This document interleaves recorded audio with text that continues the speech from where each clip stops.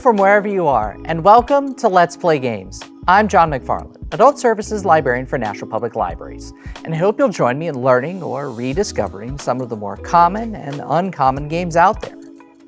This time we are going to go into one of the easiest games to learn how to play. There's no counting, there's no dice rolling. There's simple strategy, moving one piece at a time. And you may be familiar with this star configuration here. However, that's not the real game. This is another lovely version, also not the real game. This is the original game, Halma. How did we get from this 10 by 10 square board to the star that you might be familiar with? Well, it involves capitalism and some marketing. Well, I'll explain. Let's get stuck in.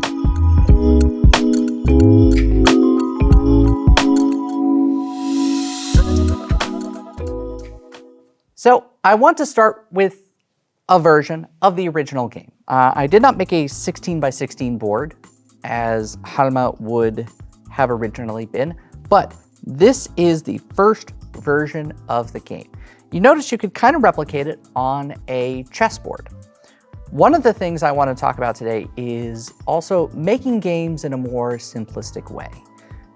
Not all of these games have to be purchased or bought. You can kind of replicate the game with your own method. I used a piece of paper here and an image of a 10 by 10 board and some printed off tokens. You don't have to always get the nice fancy set. So we have one side of the board on the corner, the other side of the board on the corner. This is a simplistic game in which the entire goal is to get your pieces from one side all the way to the other. You can move one of two ways. Moving a token adjacently, and this is a cardinal direction game. So north, south, east, west, we're not dealing with any diagonals here. You can also move a token. You can then jump a token in order to advance not just one space, but two. This is the core of this game. Being able to create a structure, as it were, to move your pieces more than one space at a time. And you can go just about any direction. You've got an entire side of the board. But as you begin to play a little bit more, let's see, we'll go ahead and do, let's see, we'll move this one next. This is a just plan it out. So I'm gonna jump this token here, so it'll go here. And then I'm gonna jump this token here, and then this token here. So instead of my piece going just one up, it went 1, 2, 3, 4, 5, 6 up. So you can kind of start to logistically plan. We're gonna just play two very different ways here. So that way you can see kind of the development of this game. Rather than doing some simplistic moves, we're gonna really go for it. So this piece will jump over this and go here. This piece, so it can go backwards and forwards, jump, and then jump all the way over here. So instead of moving one, we went here, here, here, and then all the way over here. So you can really start to make some progress rather than trying to get all your pieces forward. So one of the core tenets of this game is jumping pieces. We're gonna do here for now. We're gonna kind of set up bottom structure. So we'll move another one of these pieces forward. So we'll jump over, and you're really trying to move at more than just a glacial pace. Let's see now, what else can I move? We'll do here, here, and here. So notice that if you are moving rather slowly, you can only go so far when playing this game. And I'm not playing optimally by any stretch, but I'm trying to demonstrate how when you're moving these pieces, gotta move another one forward here, you can create a nice, fun jumping structure to move everything forward. So now you're gonna have a nice, lovely way, 1, 2,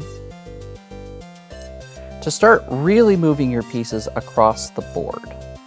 So we're gonna move. And remember, you can't jump diagonally. That is where I as a player run into trouble too, where I can only do so much at a time. So now you're creating this potential jumping structure. So we're gonna do this, where you can take a piece all the way from the back here and move it across, across, across, and across. So we moved quite a few jumps with just setting up this structure.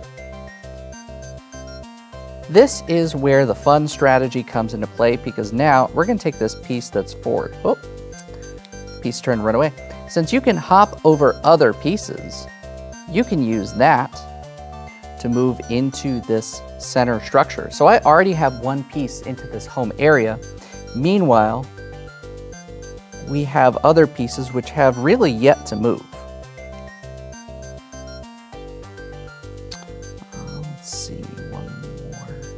We'll do 1, 2, 3, 4, 5. And where else can we make some jumps here? I think we'll do this one. And notice I've created a pretty sturdy structure here to where if I could jump diagonally, that would be great. However, I can't. So we're just gonna keep slowly moving forward in a way that allows you to make some jumps, but not really as much as you would like to. Notice how this is a pretty basic strategy for taking one element of the game, and all you have to do is build this jumping structure. And notice how much more advantageous it is by setting up jumps compared to moving pieces forward individually at a time. I have only 2 pieces left in my home area compared to 1, 2, 3, 4, 5, 6, 7, 8 that are in this home area, and I already have 2 that are almost on the opposite side. So this is a pretty simplistic way to organize the game. This is the first version. The version you're more familiar with is going to be in a star configuration that has some other triangles and has options for 2, 3, 4, 5, and 6 players. Let me get that set up, because this is the second stage, Sternhalma.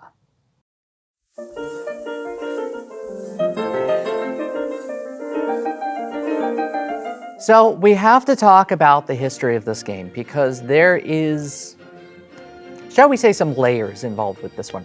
So Halma, which was a board-based game with squares, it was originally actually played on a 16 by 16 board with these pieces in the corner here. It was originally an American game that was developed, where it's the same rule set, just square. So Sternhalma, or Sternhalma, came out through Germany in about 1892. So we actually see some across the Atlantic trading of games. Usually we're so familiar with games going from Europe to the US that it's actually interesting to see a game go from the US and then back over to Europe. A fascinating little study and microcosm of board game development. All right, so we have ourselves a star-based function. So it's 2 triangles, and there's a little hexagon here in the middle. So what I'm doing is I have 10 pieces. I'm going to go ahead and label these. Your goal is to get from one side of this triangle board to another. So the blue starts over here and wants to end over here. Green over here. Orange over here. Fairly simplistic game in that it's easy to set up, it's easy to play, and notice these are just printed out tokens and a board. So it's 10 slots on each side, and in total, I believe there's 121 little slots. So just draw 121 dots in kind of this configuration. So what you can actually do is notice how it just progressively increases in number. So I would actually just draw the center 1, 2, 3, 4, 5, 1, 2, 3, 4, that makes 5, 1, 2, 3, 4, that makes 5, 1, 2, 3, 4, that makes 5. You've now drawn the basic hexagon, and just go line by line and then create 1, 2, 3, 4, 1, 2, 3, 1, 2, and 1. Sort of like a bowling pin setup on 10 pin. That's fairly simple to recreate and emulate. So this is not necessarily a game that is difficult to set up, even with limited supplies, and fairly easy to just learn. So what I'm going to do is I'm going to start off with jumping, and then we'll have one player who does only the slow turtle method. You'll find out that it's not the worst strategy in the world. Could be better, but hey, that is half of the learning of the game. So notice just in these simple moves, you've set up the potential for some jumps to be made. And I've added another dimension to it now. There are some side steps you can make rather than just the direct jump. So we're gonna do ourselves a simple jump here. Have this person move forward. And we'll have this far back piece jump here and jump here. So notice you've got some other mechanisms to make some jumps. As long as you're doing it over a piece, you can actually even make this nice little move over to the side, which can be helpful. And we'll move this guy up 1. Let's see, what do we want to do next? We'll move here and here off to the side. One of these pieces eventually is going to have to move forward on its own. So we'll do from the back, just because we've got some nice setup here, we'll do 1, 2, 3. And then we'll move this guy up 1. Let's see, that'll be just directly across. We'll do... And just for clarification, the turn is only over when you lift your hand off of the token. So we're going to do 1, 2, like that. And this will move up 1. We'll jump here. As you can tell, there's different ways of playing it where you're trying to only leave people behind only if you can help it. Let's see, we'll move up here 1. So notice there are absolutely different ways to play. You get to make lots of little jumps there. We'll move this one just over 1, and this will move up 1. Notice this person's falling behind, so we're at least going to move them up into this corner here. So notice how it's also still a relatively easy game to follow. We've got here 1, 2, 3. And it starts off where choosing your moves is not that difficult in the grand scheme of things. We're gonna go, we'll go across here. So 1, 2. And like I said, we're trying to make sure we don't leave any pieces behind if we can help it. it's these over jumps that are really kind of throwing us a tad. We'll move this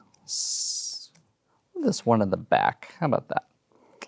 No other way we can jump right now, but notice these pieces are starting to get closer and closer together. Eventually, yes, we are absolutely going to run into jumps that have to be made.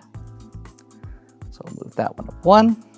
What do we want to do? Let's see. Got things bunched up here, so let's see if we can kind of loosen that up here. So we'll make a jump over here. And then this will move up one. Oh, no. What's next? We'll do here. And then this piece in the back will jump and then jump. And we'll move this one up one. So it can be kind of flustering if you are not in a position to really advance further. So we'll do one jump here. Now is where things can get interesting. So what I'm going to do is I'm going to jump here. I'm going to jump here. Well, I can't jump over. Ooh. But notice how we're getting very close. We'll actually do this piece right here. So we're going to jump. We're going to jump over and jump over. So notice this piece went from here all the way over because they made a series of logical jumps. And this piece is going to move up one. Now we've got green that also has some options here. So move over 1, 2, 3. So it's not completely isolating on your end. 1, 2, 3, 4, and 5. So notice with all of these little jumps, we're running into, and I'm sorry, I forgot to move this one up one. Much like in that last version, you've got a way to just keep moving pieces forward, and eventually you will start getting further and further away from your home area and moving over. This is where, much like in that initial version of Halma, and now in Sternhalma, you've got a way to set up that little strategy to advance yourself faster and quicker. Notice how few pieces have actually moved on the blue side with just that one move. Now, this is just the basic development of the game. I'm not doing high-level strategy, it's just teaching you to play it. But what I want to do is show you a couple of different ways to play this game to where things can get a little chaotic. But that can be half the fun because there's a lot of replay value into this game since it's easy to set up, easy to start playing, and the rules are either jump over or move. But what about some other ways to play it? One second.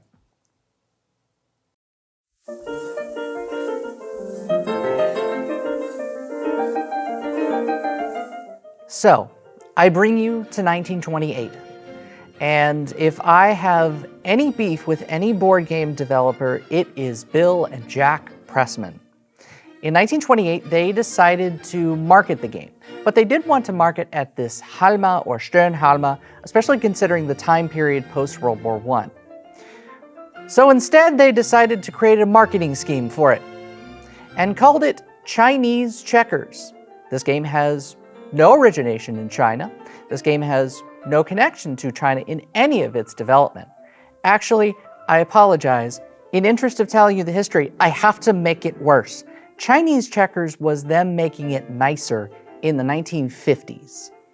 In 1928, they referred to it as, and I quote, Hop Ching Checkers, as a, again, marketing scheme. Why does this marketing scheme exist? Well, in this time period, Mahjong is actually having a early 20th century revival and popularity swing. So people were trying to market off of other Chinese origin games. This was an unfortunate consequence, and we're still dealing with the consequences of its naming structure to this day, because Chinese checkers has no origination in China or Asia. It was an American game and adapted by the Germans. But China and Japan found their own way to put a spin on the game. More on that in a second. So we've got plenty of space in the square here and nothing to do with it. Well, not so fast, my friend. What we're gonna do here is we're going to do what's called a capture variant. So I've got 6 players here. I'm just gonna go ahead and put these tokens here so that way we can put some order of what to play. But this one is also, again, fairly simple. All you're doing is each piece is going to jump another piece and remove it from the game. So I tried to place it relatively randomly, but obviously you can't do complete randomness. So every player gets to start. I'm going to start with yellow here. They get to pick a piece to jump, and it has to maintain the rules. So they're going to play this red one here. They'll jump that in the center, and that frees up some space, takes one out of the game. The black will then say, okay, well, I'm just gonna free up some space. We'll remove this yellow piece here and remove it from the game. Notice how this can start getting fairly, and now it's red's turn. They're gonna get blue back here and take out the center one. But this is gonna start opening some gaps. And things will start to get even more interesting from there, because eventually you will get to the stage where you can start doing double jumps. It's green's turn. Let's see what green's got. And go for one of blue. Blue will hop one of its own pieces. So I'll take out black, and then orange will see a potential opportunity. Yep, they're gonna take this black piece and jump over one black and jump over a blue. So this is another game that's all you're doing is fairly quick setup, fairly quick capture, to where now you've got options, especially as it gets to yellow. They've got green and red that they can get rid of. And now you're starting to get some space in the center. So this is another quick setup, quick play capture where it reinforces the whole idea of jumping and creating multiple opportunities for jumps. Now, I've talked about the history of this game a little bit, but I kind of want to talk about the development as it relates to not games in the West, but games in the East. So I want to talk about how China and Japan handled Chinese checkers. 1 second.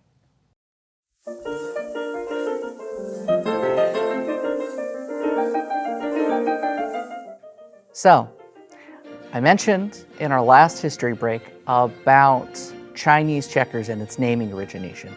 The game did actually make it over to both China and Japan. In China, it has relatively the same rule set. Since it has a simplistic rule structure, it's relatively easy to import. You just have to have the translation and nomenclature figured out. Japan has its own special version, which I'll talk about in a minute, but it's called the Diamond Game. As you can see, it's a smaller version and introduced a special king piece. So we have talked a lot on this series about variants of games and the different ways that games have developed. So this is its own special spin, and Tao Kui is almost, well, fine, we're going to make this game kind of our own. More on that in a second. All right, one last setup, and I'm using a much smaller board, so we can actually kind of hit the ground running a little bit faster. But there's one nice little twist to the diamond game that I want to talk about. These last pieces on the end here, which would usually be represented with something a bit more discrete and concrete. So what we'll do here is we'll make, I'm going to use the blue token here to emphasize. I'll use an orange token here for the red, and I'll use black token for our yellow team here. These are the king pieces. This is the special contribution where the king piece functions almost as a blocker in some instances, because the king pieces cannot be jumped. They can jump, but they cannot be jumped. So you could use these a little more strategically. Let me show. So let's go ahead and do our usual kind of opening setup here. And we'll move this yellow piece a little bit forward. And we'll do this green piece up here. This king piece, I'm going to go ahead and jump out. 1, 2. Here, this piece can't be jumped, so eventually you kind of want to move it towards, and I'll do the same for green here, the middle of the board. As yellow, we'll move 1 out. As we move into playing more of this game, eventually we'll get, let's see, get this piece to jump. And then we'll get this piece to jump. I want to try and not leave these far ones behind as they move up. Notice how we can get a piece moving here, but instead of being able to jump around, in theory, what should be able to happen is we'll take this green one that's right here, jump it here, and then jump it here. This is the specialty rule of the diamond game, where one piece in the center can really throw in the fray the jumping structure. You actually kind of want to maybe leave this piece behind to really play almost defense as the jumping structure gets going. So notice, as you move another piece forward here, you can do this game in a whole lot of different strategic kind of ways. Notice I haven't shown you even a full game all the way to completion. You don't have to. Once you have the basic concepts, you can treat it in a more complex way and really have some fun with it. So this is one of the easier games to set up, play, learn, and it has a super high replay value. But this, as I like to call it, its original name, Sternhalma, the Star Game. That's all the time we have for today. Thanks for tuning in. Be sure to join us next time as we delve into yet another border card game. Also, be sure to check out some of our other great NPL Universe content on NeatCat or on the NPL Universe page. I'll see you next time.